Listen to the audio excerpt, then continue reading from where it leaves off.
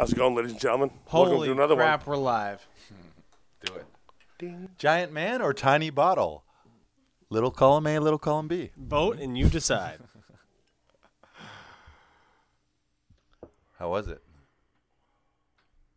Well, it's triple distilled. That is the first time I've ever seen someone shoot a 60-pounder of whiskey. This is a 60-ounce bottle right here. I guess I can't hold it. You need to keep holding it. What? You said 60 ruins- pound, it then you ruins the said gag. 60 ounce. So what are you saying? 60-pounder. They're making a Call it giant 60 joke ounces. again if you hadn't caught Bingo. the reference.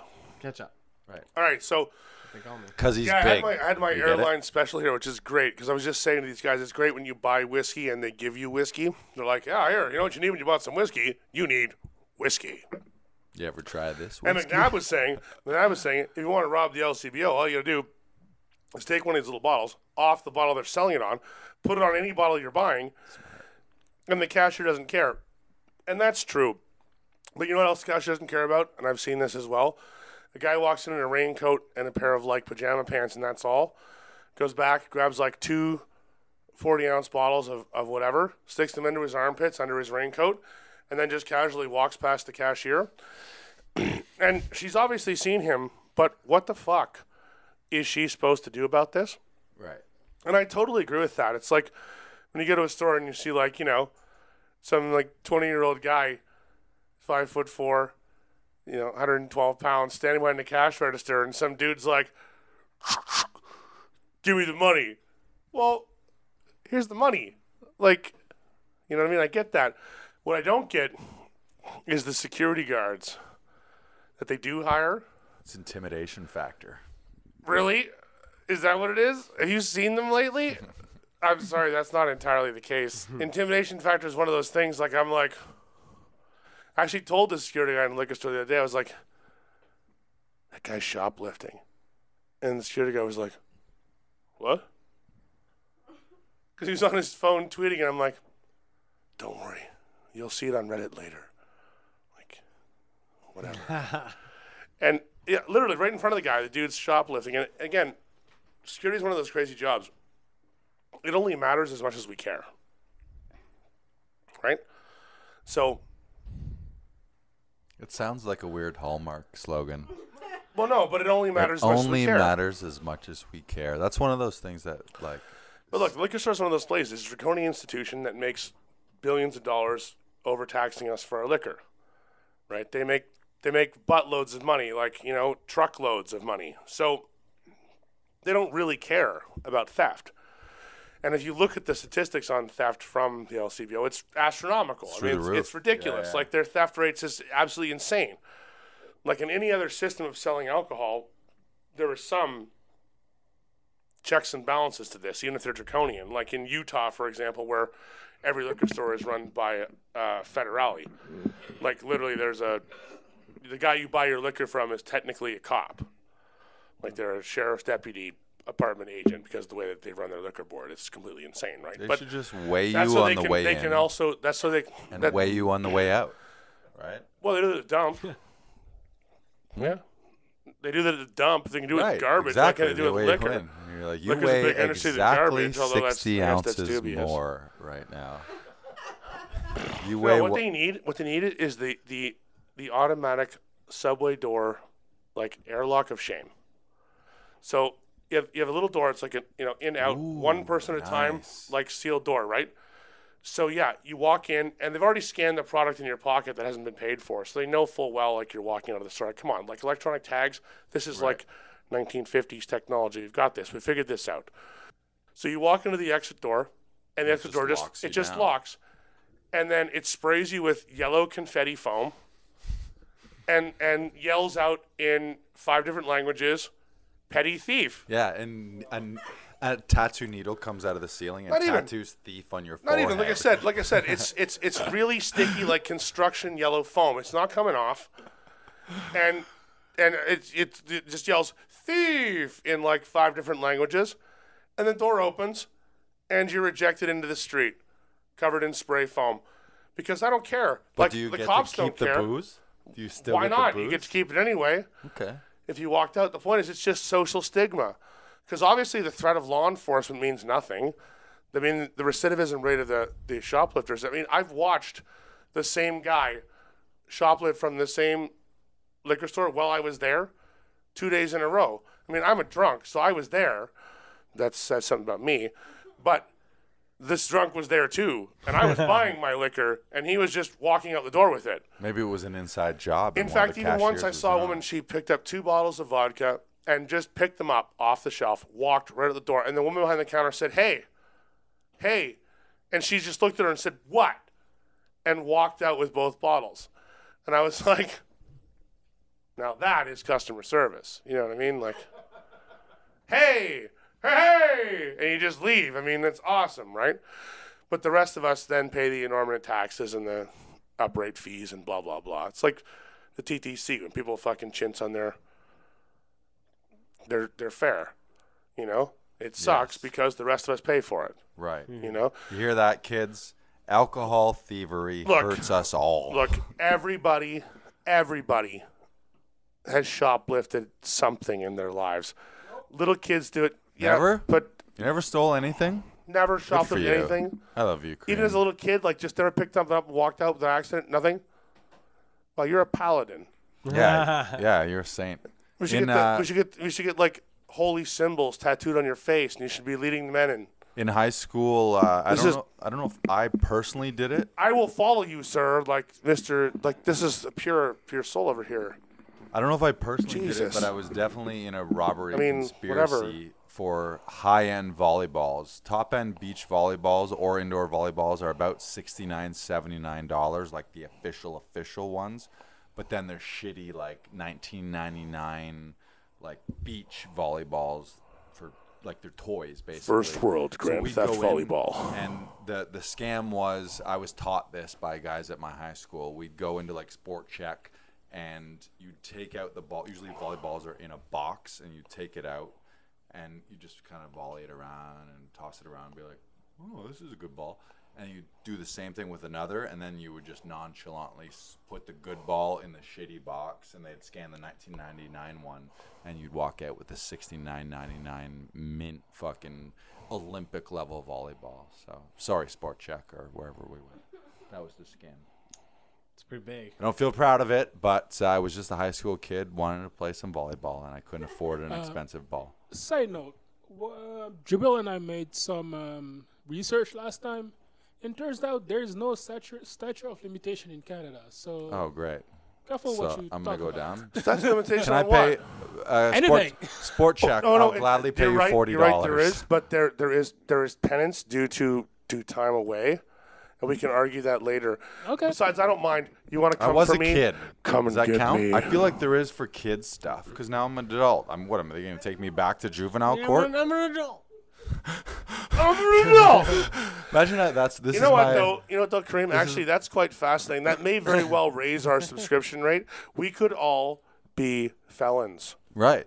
right now. What if I go to jail for volleyball These thief? two white bread, amazing I can't friends hack of it mine. in prison. If they have to go to jail for like volleyball theft, then Right. you know what? I will protect you in prison because if you're going for volleyball theft, I'm never getting out. Pay for Right. your crimes as a juvie as an adult. They're like, hey, we Like caught I'm sorry, you, the but last what 20 something or whatever episodes, I've committed a crime in every one of those, and I've admitted to them all. So I am guilty, ladies and gentlemen, of being more fun than a lot of you. Well, And if that is enough to put me in prison forever, then I guess you're just gonna have to die trying.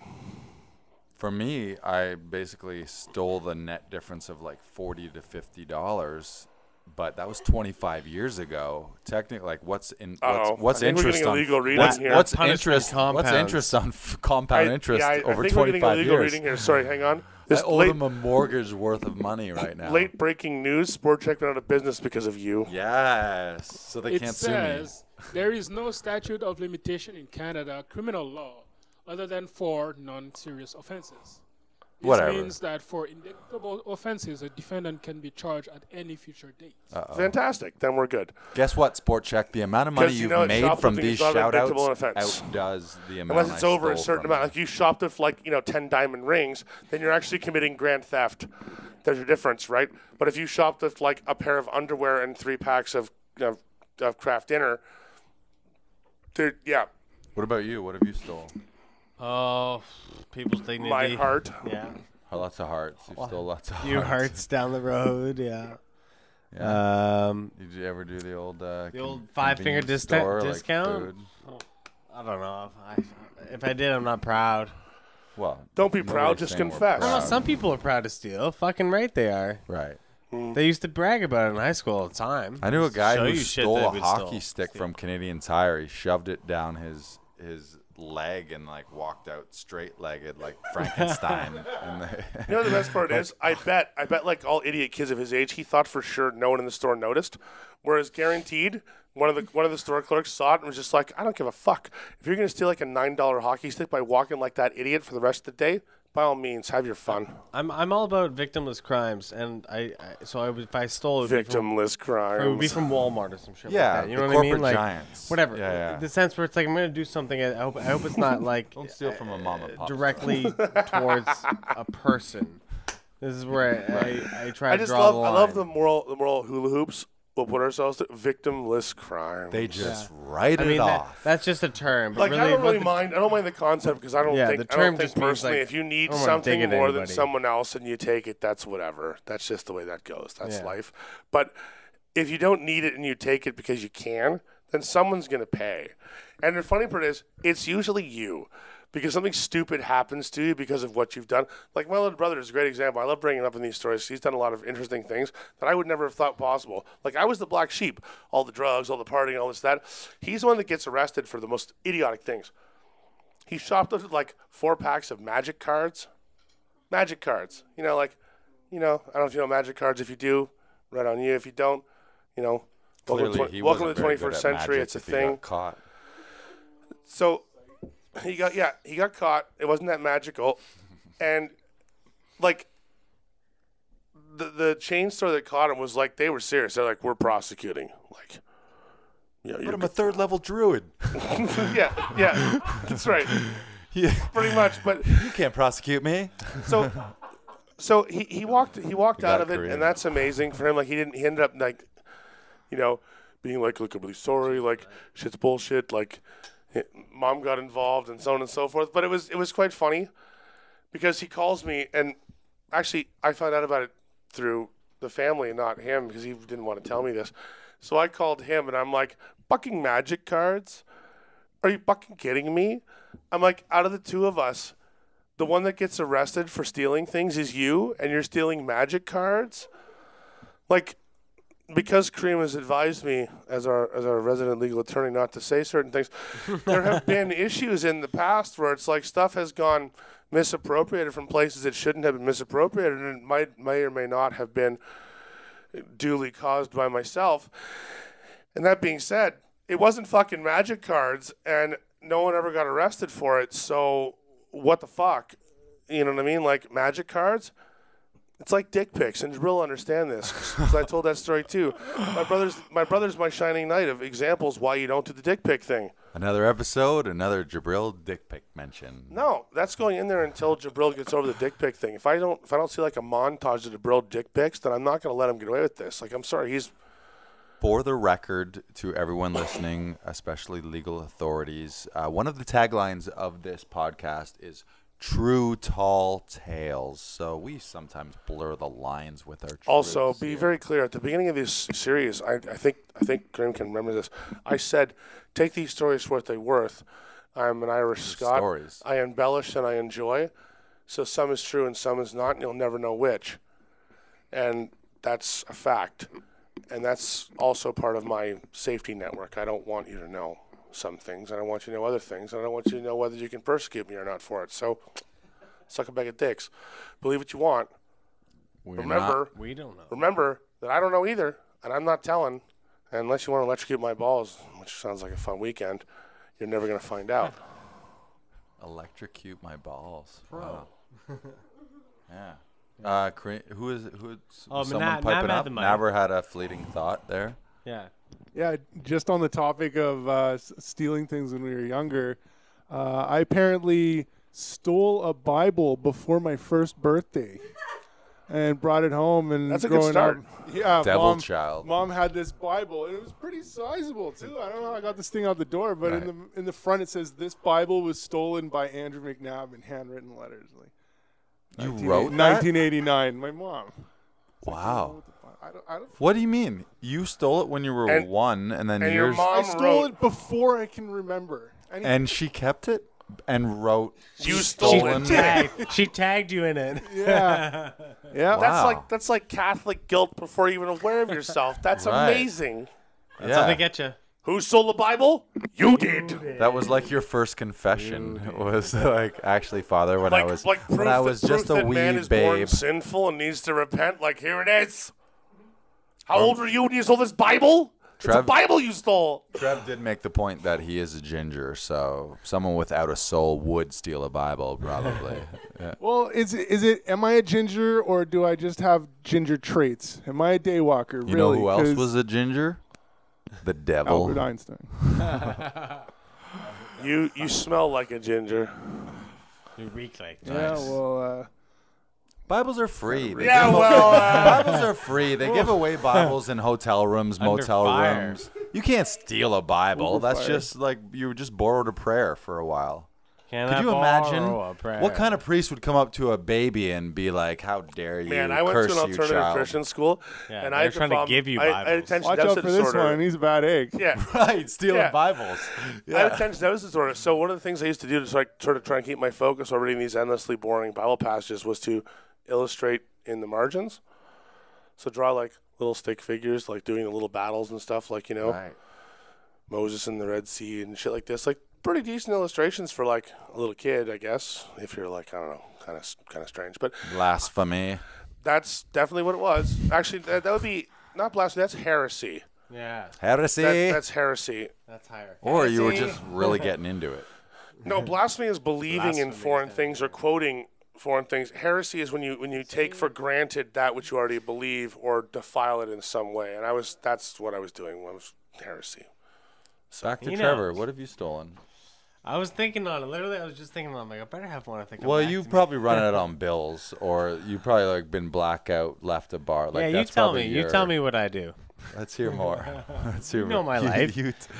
Well, Lars has been there the whole that way. for sure. I haven't. I definitely Certainly have not this guy though. Let's not ask him. McNabb, what has he stolen? Yeah, ask him. He's the fucking guy who's been Have witnessed. you ever and- stole a Bible? Me? Yeah. Why would you steal a Bible? I Karim? understand why a little kid could pick up a book and wander Now, around with it what because did we books steal? are cool. But like any grown adult, The statements in this podcast do not reflect actual events. Nor the people we're talking about. The character Never, portrayed by Andrew McNabb, is a fictitious character. Exactly. Entirely coincidental. all right, with we've had the disclaimer already. I Right. said it already. These are stories. Remember, we're These are all storytellers. stories. Kareem, what about you? You've never stolen something? What's the worst thing that you've done? Confess your What's the dirt on sins. It's Kareem? probably, he probably saw someone steal something Look, and then you're did worst leaving thing the, Kareem's you're leaving done the is he's country punched a anyway. wall. You may as well just give one on record. Girls make him upset and he punches walls. We know that one. Poor I've walls. punched through a few walls. That's not a crime. That's not a crime, no. Unless they're not your walls, It's a then it's repair job. vandalism. Vandalism. I have a reverse story of what you've been telling so far. Oh yeah. My brother and I once walked into a convenience store back home and found on the ground the equivalent of about $5,000, Wow. and we brought it back to its owner, Brought it back to the what, sorry? to the owner.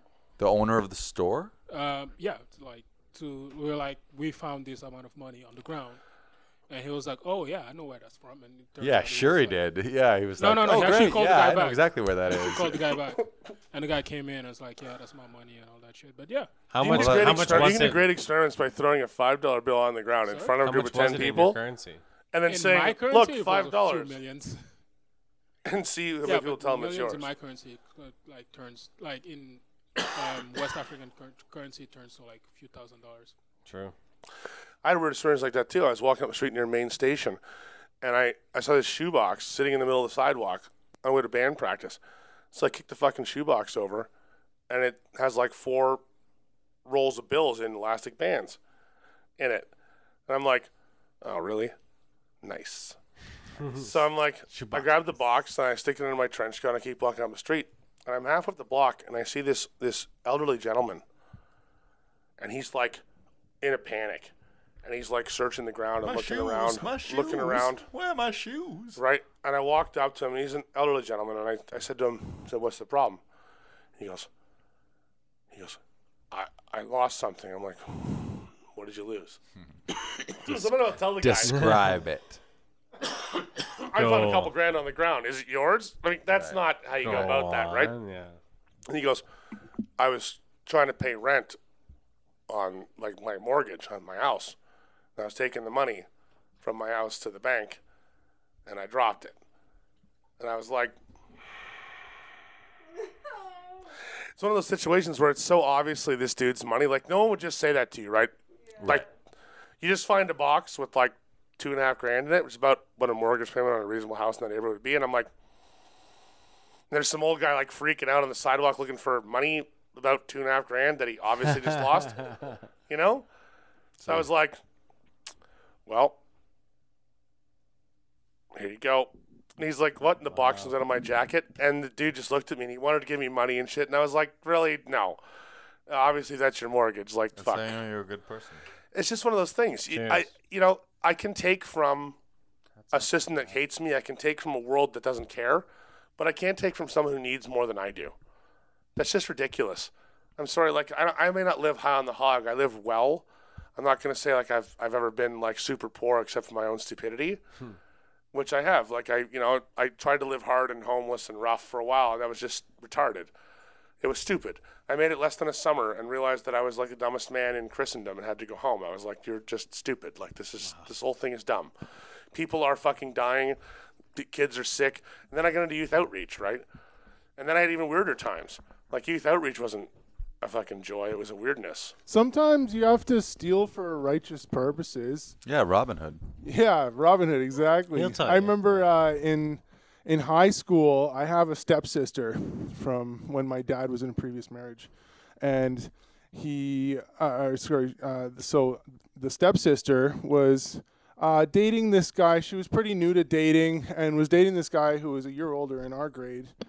Named Corey, and he was like a real unsightly dude and just like terrible like guy. There were stories of him that making out with passed out chicks at parties and stuff. So just a really just unsavory, real gentlemanly behavior. Just gross dude, right? So one time I'm hanging out. The girl I've made out with was Pamela Henderson, and she's attached to me by blood, so we're okay. Oh, you know Pamela? Wait, what? I'm fucking her for years. Sorry. Yeah, so basically, I get this call from my stepsister saying that she's she's out in the car. Where are you? Let's meet up. Let's smoke a joint. I'm like, car? What are you talking about, car? She's like, yeah, Corey took this car. And I'm like, what are you talking about? Like, put him on the phone, right? So I'm talking to him, and he's like saying, yeah, let's hang out. Like, and I'm piecing together this story of how he got this car. And what he's done is he's drunk and joyriding around with my stepsister in the car, with her and her buddy, right? Or him and his friend. So anyway, like, they're just out, and I'm freaking out because she's like 15 or 16, like young, and doesn't know what she's doing with this guy. So anyway, not to mention he's committing felonies and drunk driving, which is nice and safe. He broke into his neighbor's house while his neighbor was away and stole the keys to the BMW X3. Wow. And his name was Ferris Bueller. Bueller? That's not how the story goes. Bueller. So anyway, Rich is shaking his head. You didn't like that one, Rich? So my buddy had an extendo bat. So what we did is we said, yeah, come by. Come hang out, we'll smoke a joint. And they're like, yeah, come smoke in the truck, because they showed up like 10 minutes later. Just come smoke in the vehicle. And we're like, no, come into the park. It's better in the park. There's places to sit. That's where we can hide the bodies. Yeah. They're like, okay. Did you say extendo bat? No, he did not, because this is all fictitious, and this Right. happened. Like magical wand. One of those? Right, Karim? Gotcha. Yeah. And basically, all we did was show it to the guy. we surrounded them, and then I was just like, give me the keys. Just Don't do showed this. it to Don't him. do this. Like, yeah, this doesn't have to go any further. Yeah. Just gonna show it This to is, you. you have stolen property, and you're endangering my Just the stepsister, tip. so do it. Come Let on. it happen. My stepsister was so mad as well, and because it started to rain just as we did this, and we sent them walking home, and then basically all I did was I took the car and I drove around the block and parked it on the street, threw the keys on the seat, and locked it, and called the cops. Or actually called our friend's dad, and he called it. You know what's really fucking funny? You just reminded me of something my buddy told me on Monday last week or Tuesday last week about stealing cars. We had a friend. He didn't drink. He never did drugs. His name is Glenn. Yeah, we'll use that's good. His name was Glenn. And for a summer, Glenn used to boost school buses and public transit vehicles and heavy machinery. You would steal them? Yeah, that was his jams. He didn't do drugs. He didn't get high, but he would pick you up in like a school bus. He learned all the, the little latches that open the doors and all the public, So he would just go and jack public service vehicles. He also knew how to steal and operate most heavy equipment. So he had a couple of crazy nights like drinking on construction sites while he would drive heavy machine around and do things with it, like pick up beams, like watching shit happen. It's pretty cool, when you're like 15, 16, like pick up all your buddies in the bucket of like a front loader. Exactly, like shit like that. Or like Hop in, boys. one time we drove 9 kilometers. We drove 9 kilometers through downtown Toronto in a stolen fucking tread track front loader. Allegedly. Right. And it was one of those things. No, that's actually not a felony because we left it behind. It was just mischief. The guy lent it to him. Yeah, Glenn was great. He knew what he was doing. Glenn was amazing. Anyway, but yeah, so for a whole summer, one time I get this phone call to my friend, the girl she calls me, she's like, I'm sitting in my apartment. She's like, you got to come downstairs right now. We're going to go to Wonderland. And I'm like, and Wonderland was like the phone code for we're going to do way too many drugs and whatever. I'm like, sure. So but I'm like, what do you mean come downstairs? Like, you guys meeting me on the street? Do you guys take the bus? And she's like, yeah, we took the bus in. Come on down. And I come down, and there's a full-size school bus parked in front of my house. And I'm like, this is really bait. Party really bus. Because there's like a 15-year-old kid behind the wheel, and he's like a skinny-looking motherfucker. He doesn't look like a bus driver, okay? You know what I mean? Like, he's the kid that stole a bus. And I'm like, okay, fuck it. Let's do it. So I get on the bus, and like my mom comes out. She's like, oh, this is a shit you not. She goes, she sometimes can be a little bit clueless, I love the woman. I love the woman, but she's like, trip? she was like, is this that camping trip you told me about? I'm like, yep, that's the one. Bingo. Gotta go. And hop Nailed on, it in and the one. Yeah. bus pulls away. And she found out like 2 hours later because one of my other friends' mothers called her and was like, did some fucking school bus come and pick up your son? That's legendary. And she was like, yeah, that's what happened. Legendary. And he's like, yeah, that's not like anything. Like that trip is terrible. That trip is next month. Yeah, that's not. And that's But not that's a thing. amazing. Like, we don't know. I don't know why that's happened. My husband pointed that out to me after he came in from the garage laughing. And I was like, I came home later and she was really mad. She's like, what the hell is that? I'm like, look, he doesn't drink. He doesn't do drugs. He just steals buses sometimes. I'm like, he was a sober good driver. He's very good. Like, He was our DD. we never got pulled over. That's the weirdest. Going on the highway with this kid, never got pulled over, right? We drove through checkpoints. Other people getting pulled over. They see the school bus, they're like, and just wave the school bus through. Because what the fuck? Like, we're gonna find a lot of drunks on the school bus. Meanwhile, it's like a bunch of us like Doing drugs. because we're high on drugs. Crazy whole got, summer like that. Like phone books duct taped to his feet so he can reach the pedals. Oh, no. He was like we were at 15, 16. Looks No, like we were Harry 15, Potter 16. from the He was first lanky movie. enough. He was lanky and skinny. He could reach the pedals, no problem. That wasn't the issue. There's 3 kids in a trench coat sitting in the seat. But it did certainly have like some ball jerking moments. You know what I mean? Like you see a ride check and you're thinking, oh man. I have a question. If he was the bus driver, was one of you the what do you call it? What's the bus patrol? Bus patrol? Did you guys have Bus bus warden? patrol? Yeah, like the kid. Actually, Do you guys because have that? that's not entirely. Yes, because I was working as a camp counselor through part of this period, I knew that at a road checkpoint, if you're driving through one, the best thing to do, have the bus driver look like he's just like sort of not paying attention to anything and just driving the bus. Like, I may have a 4th grade education, I just drive this bus. And then whoever's rented the bus, namely the group leader, will talk to whoever stops the bus. So the bus stops, and I'm like, yeah, I'm just bringing some autistic kids back to the sanctuary kind of thing, like, you know. And That happened? You got stopped yeah, and the cop you sold it? the cop looks at me and goes, looks at, you know, Are you Philip, 14? looks at Philip, You're the poster and I'm boy. like, yeah, I'm 16 years old. I work for Camp No Boundaries, yada, yada. That's how this works. Like, come on. What do you expect? Like, you think 50-year-olds work at summer camp? You know? And he was just like, yeah. Yeah. Because he didn't really care. Like, obviously not drunk, because, again, right? Are you sure you didn't say, these aren't the droids you're looking for? That's what I felt like saying. Just But if I had, I would have been in prison with a stolen bus and what have you. So Stolen bus, I like that.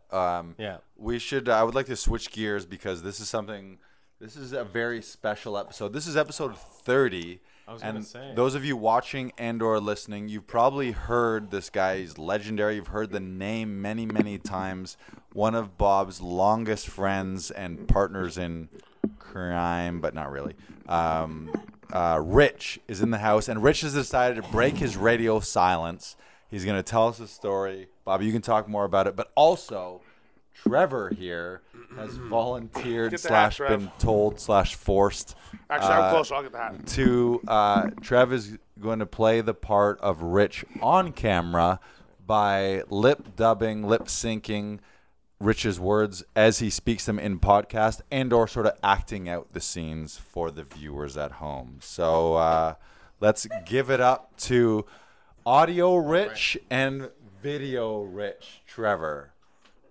The floor is yours, Rich. This is a tale of East End attempted homicide. Usually, for the record, for those of you who have listened to many episodes, by this point in every episode when Rich is here in the live studio audience, he is unconscious asleep. He usually passes out. Last episode, I listened to it. It was around the 15.5-minute mark. You're starting the teeth grinding at 17, I pointed out Rich is asleep. And you're here with us. We're like, how far are we? I feel like we're half an hour in right now. Yeah. This is deep. This is the deepest you've ever made it into an episode, and you're speaking in it. That's amazing. Thank you. Oh, my pleasure. I mean, there's more liquor. Right. Let's do it. You brought sake. So tell us what's going on here. You guys. All right, so let me set the stage for you, right. Rich. So this is in a more beautiful time. When I was younger, and I had just as much hair, because all my friends are going gray and bald and suck it. And I was dating a woman who would break my soul, as often they do. But it was a time of also great trials and tribulations. And one of those trials and tribulations happened to do with a drinking phenomenon that me and Rich pioneered at the time, which was the bottle of whiskey, bottle of sake, 12-pack of Rickard's Red a day, as the casual drinking man's answer to daily life. Right? Well, you know what they do say: a bottle of whiskey, a bottle of sake, and 12 Wait, what do they say? beers keeps the doctor away. Don't they say it? They say I'm not sure anyone's ever said that anywhere, a but bottle of whiskey. I think I learned that in health class. A bottle of whiskey, bottle of sake, and 12 beer a day keeps the doctor away. There you go. right, because you're usually fucking dead. You don't need a doctor, you need a mortician. Right. But anyhow, so I was off gallivanting around, doing whatever it is that I do. And my girlfriend's apartment was a couple blocks away from where I lived, and Rich used to show up there ahead of me and wait for me. And sometimes he'd go to the liquor store ahead of me, or I'd go to the liquor store after him. But this instant, he had gone and brought a bottle of this lovely stuff, and we're going to do a shot right now in commemoration of it. How old were you when this was happening? Oh, this is 18, 19, Okay. like 19, 20? 18. High 18, school 19. or the year after high school? Just after high school. Like Yeah, I'd say about a year after. I was finishing up because I had to take a bit of an extra year just to get some credits to square away some holes in the record there. But anyway, so wait. So gentlemen here, take these shots first. All We'll right. carry on with this after that. There's 4 of them. Is Rich going to have one? Yeah, that's the whole point.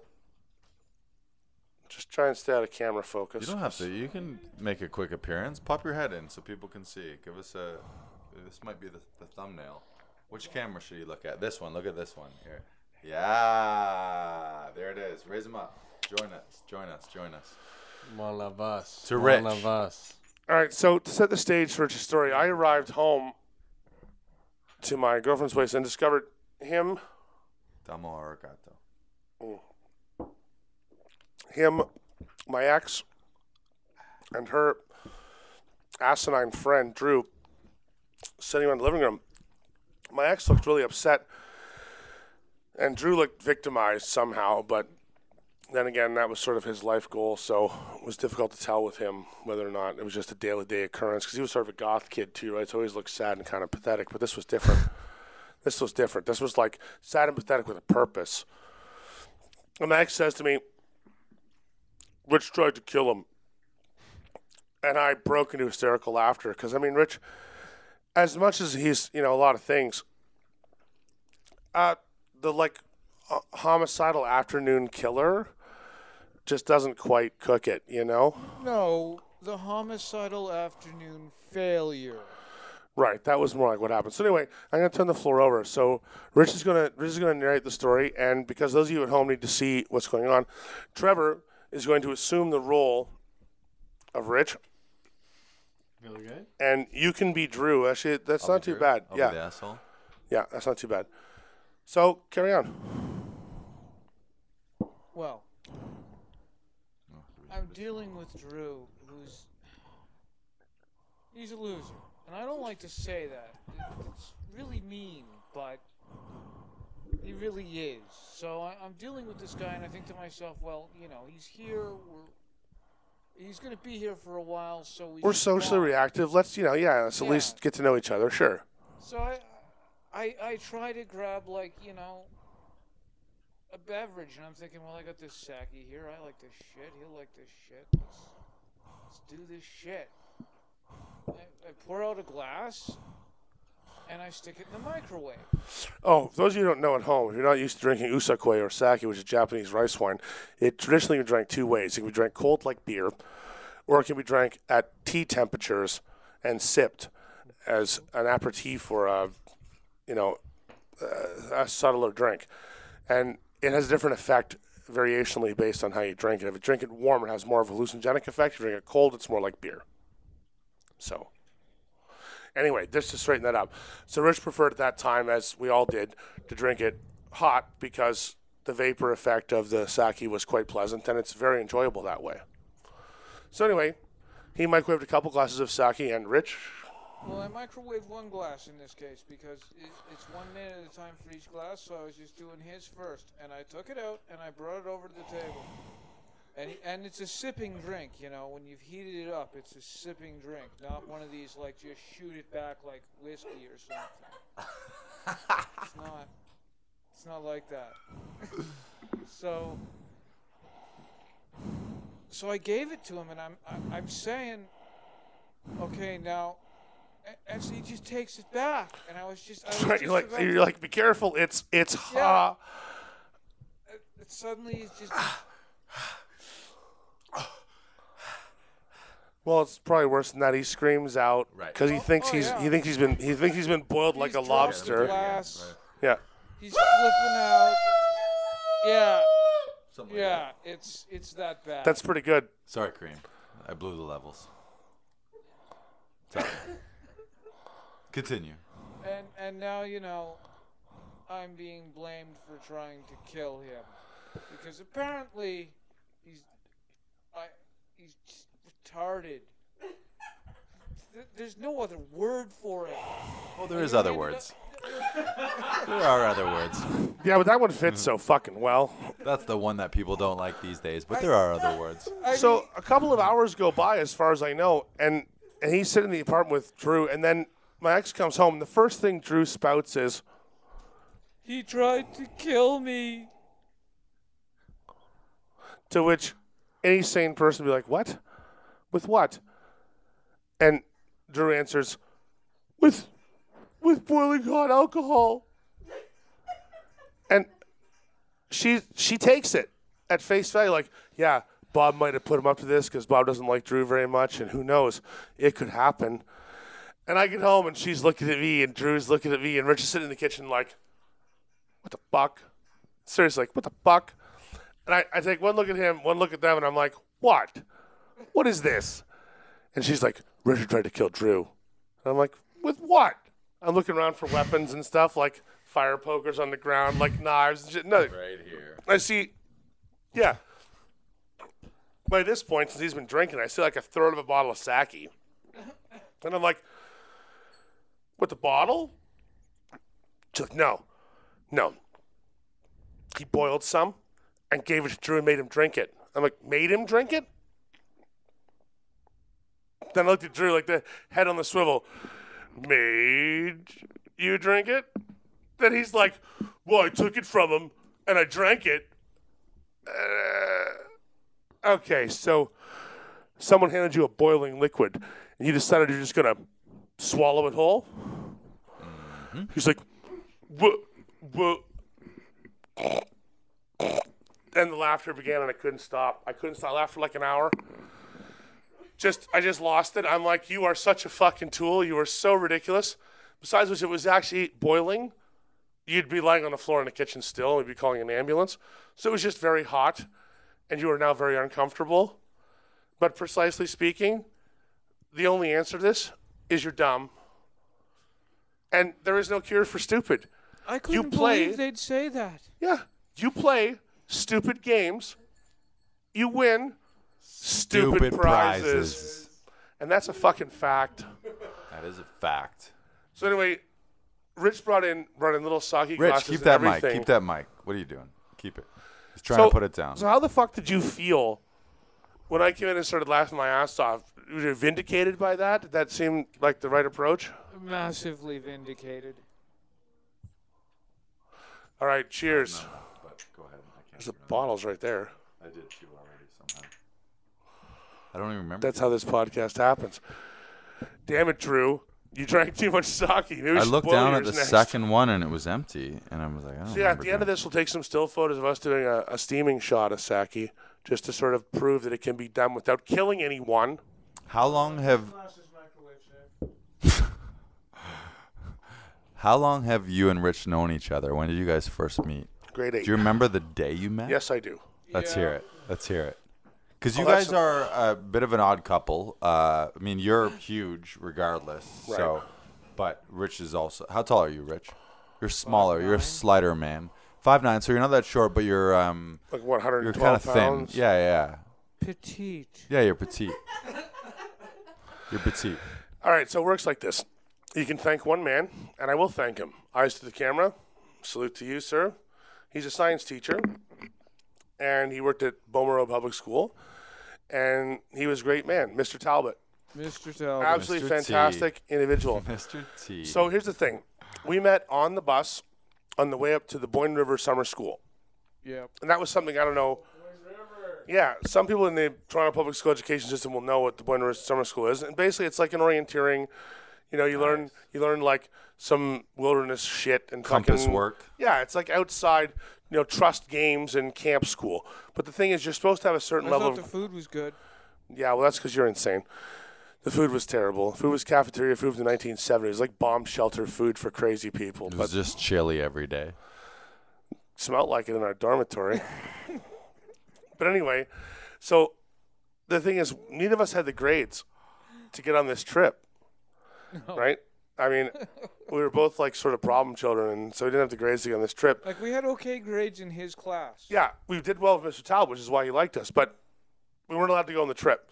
So the final day of the trip, we're showing up, and I basically told my dad, I'm like, look, if I'm not going on this thing and there's no kids in my class, I'm just not going to go to school for a while because fuck that shit, right? And our science teacher came to me and basically said, look, we had different classrooms, but same teacher in science. He said to me, he's like, do you want to go on this trip? And I was like, yeah, I like the outdoors. I've been canoeing all my life. I'm an outdoorsman. Like, I actually enjoy this shit. I'm good at it. So, yeah, I'd like to go.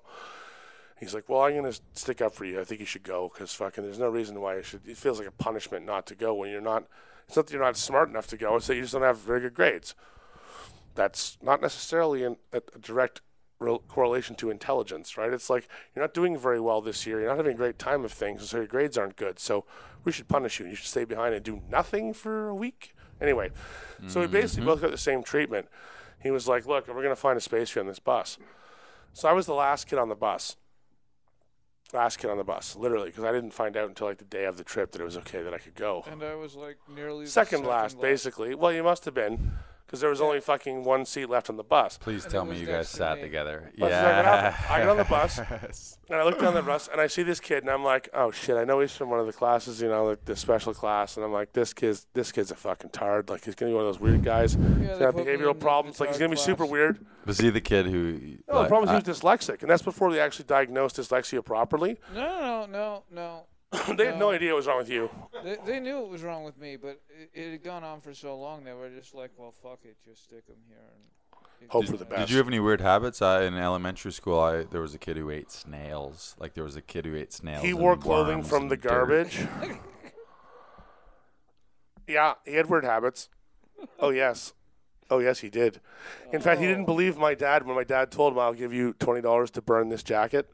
Yeah. This, if I like, believe dirty in my trench coat he dad- found in the garbage. Oh, you found it so it wasn't wore out it of all summer? necessity. You just found things that you thought were cool, Yeah. and you just wore Correct. stinky things. Yep.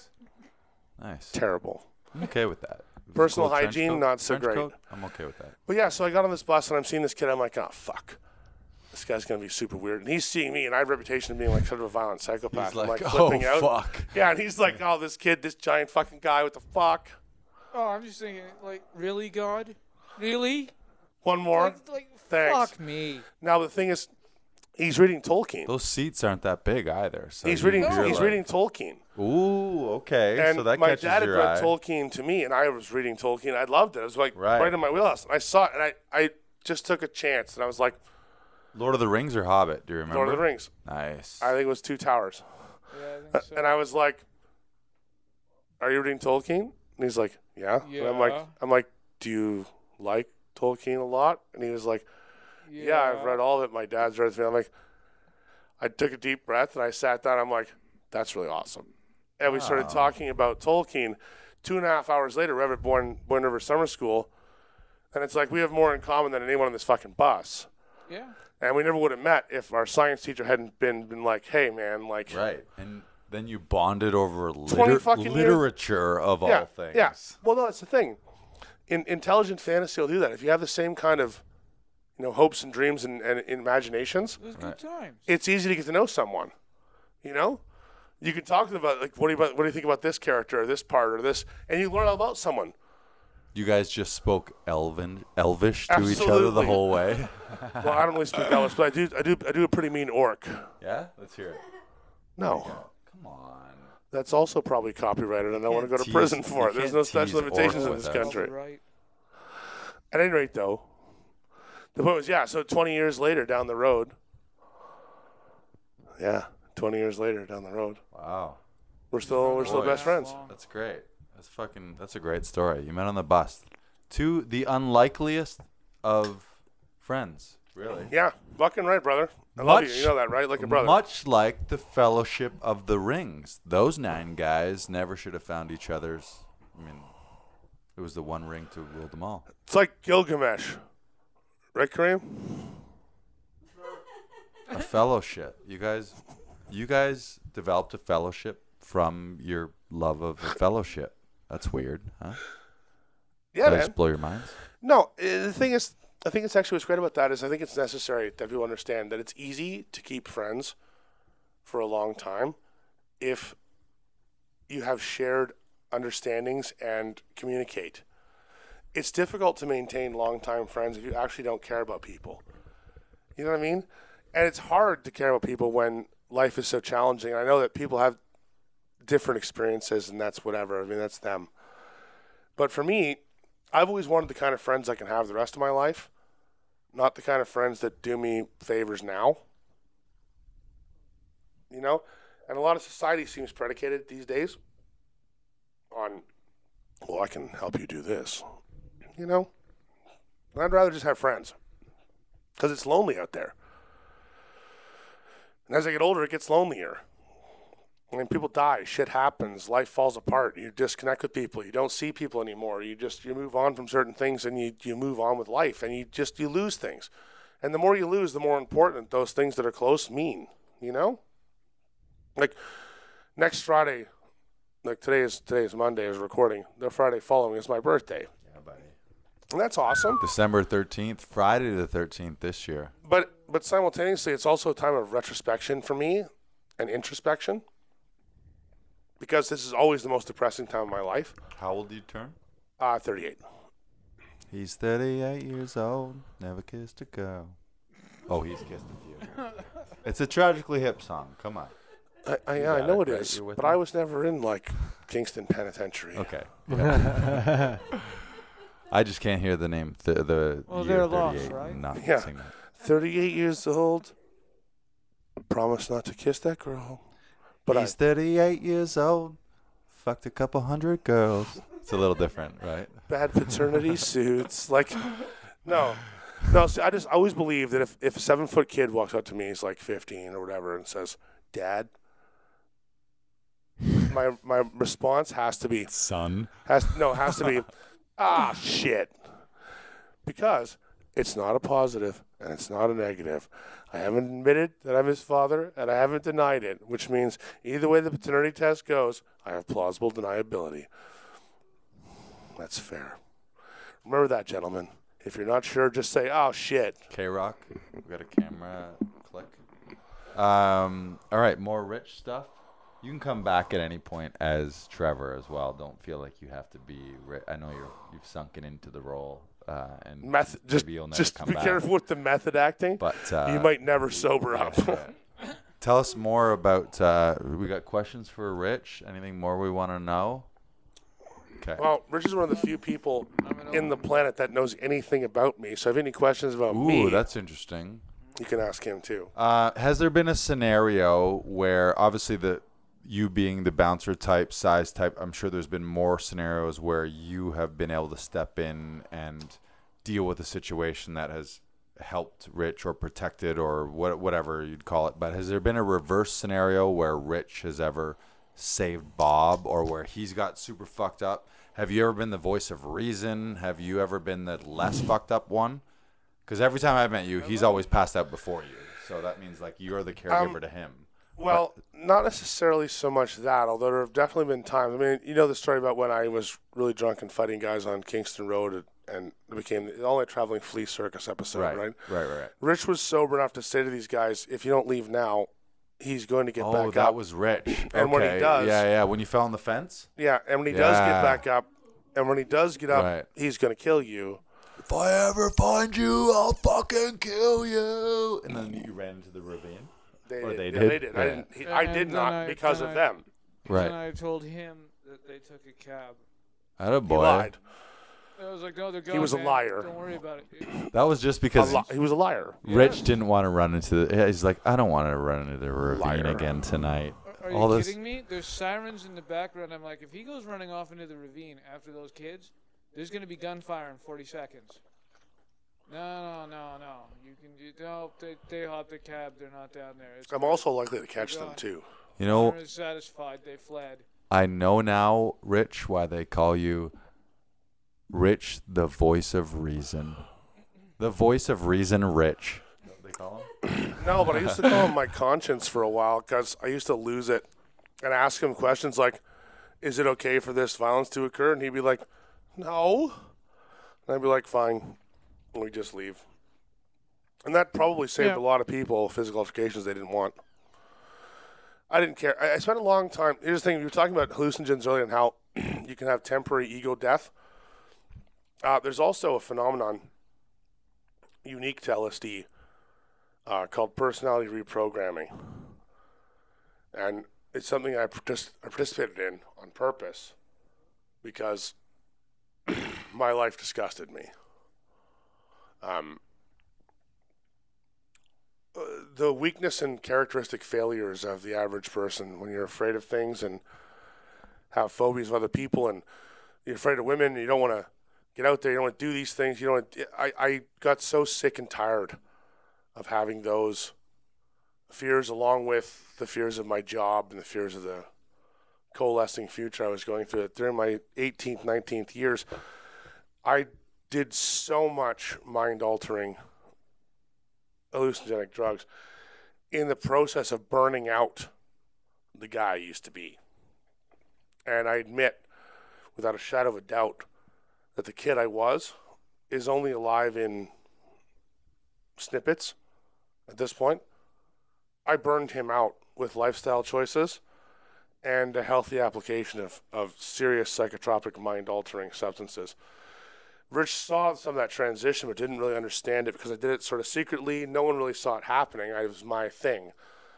Even my closest friends didn't realize the kind of drugs I was doing. My family had no clue. You were saying you were doing 50 hits of acid a day for what period? And then what is a hit of acid versus 50 hits of acid? I don't All right, well, the I don't average know person acid. can do a hit of acid and be high for 3 to 6 hours, right? Holy Have a really sick fuck.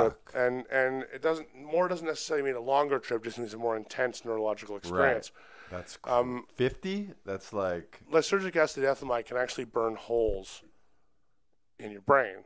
And that's what it does. It rewrites neural pathways. That's why you can taste the color blue, right? Because the neural pathways are rewriting themselves as the drug burns holes in your mind. And so you are literally learning how to taste the color blue, and the two are fucking blending together, right? It tastes like blueberries? Usually never. It tastes like stuff you wouldn't imagine, like frightening things, like bandages over old scars or like swamp water with snakes in it. You have no idea what it tastes like. Never done acid. Point is this. It gets to a point where you realize I can change my mind. Like not change your mind like, oh, I've had an epiphany. I'm going to change my point of view. Right. I'm going to change the way I am. And when you realize you can do that, then that's a terrifying power, but it's also a terrifying experiment. And that's why I quit doing mind-altering drugs for the most part, just almost cold turkey overnight. Yeah, I got scared. I realized not only was I changing my mind, I could do it forever. I could keep changing it. I could make it weirder. I could go further. You can't get better, but you can get less worse. And so I kind of got immune to certain things, strengthened in others, dilated in some, lost certain human norms, just lost them. Some of the beauties of life that I had when I was a young man are just gone, just straight up burned away.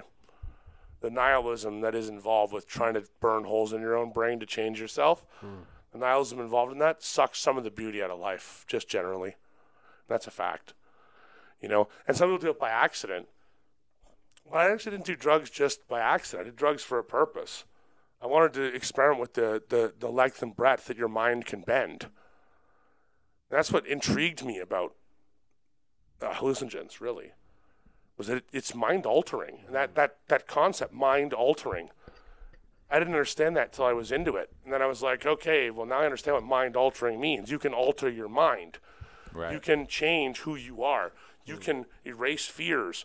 You can dial up personality traits or dial down personality traits. The interesting thing is you actually don't need drugs to do that. It's just that's probably a shortcut to do it. Like there's other ways to work. But if you don't know it's how, meditation or right, but if you don't know how to do that, right, and what you do know is what is also chemically there in front of you. Not to mention it's fun. It's acceptable to do that. People don't really judge you for partying until you're someone else. You hear that about celebrities all the time. Oh, they used to be such a sweet kid, you know, and then they partied so hard and they turned into someone else. Well, I just watched the Chris Farley documentary. That's and everybody. They said that about him. Like they were like it was like just not the same guy. Like you saw, it was almost like an evil. It was like a dark presence at certain times versus the loving, fun-loving, like Midwestern boy or whatever. Like, well, and that's a reality. That's reality. But again, I had lost a lot. I was fragile, didn't want to be. I was angry and couldn't contain it. I was sad and had no outlet and figured the best fucking possible way to survive this is to just be somebody else.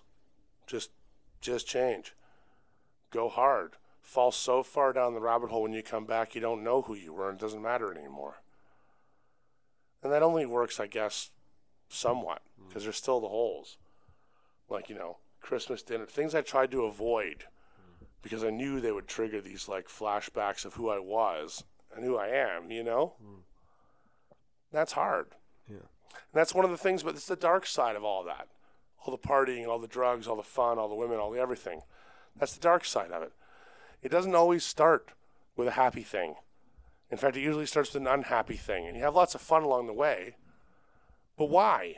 Why are you doing it? And sometimes the answer is not pleasant. No.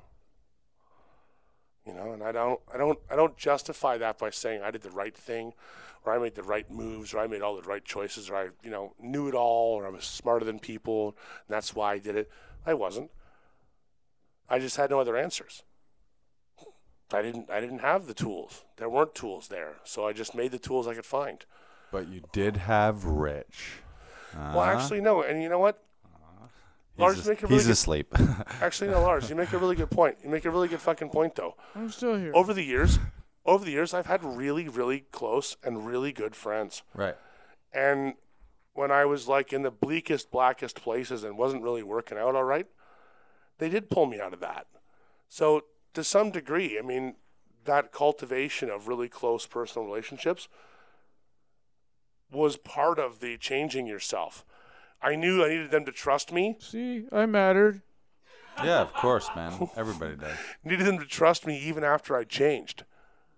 Even after I'd been different for a while. I needed them to see me and still be cool with that. And that's harder. That's harder than just making friends.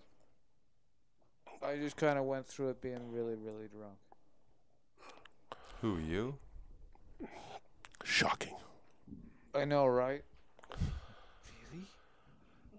Any parting words, final words? Rich, you haven't had the opportunity to speak here. Anything you want to chime in? And you want to say to Bob in podcast style? I can't stand that you're dating her. Will you marry me, Bob? All right, guys. You have a good night. That was amazing. Well, in the age of polygamy, yes. Say yes to I the will. dress. And you know what? She's not really going to complain because she knows if it's going to be competition, it should at least be something that I really enjoy. Trey, the actor. Oh, and Rich. And I'm back. Oh, you went deep. There he is. Oh boy. You want to, Man, method acting. Want to do some, you almost lost all your teeth and ended up on welfare. Let people know.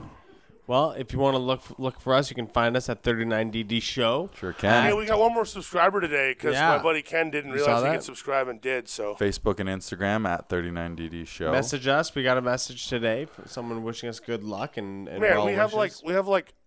You can shoot us an email. Jesus, Murphy. Man. Like 10. We have like 10 or so 39 subscribers. 39DD we are like Show. The most popular show at gmail.com.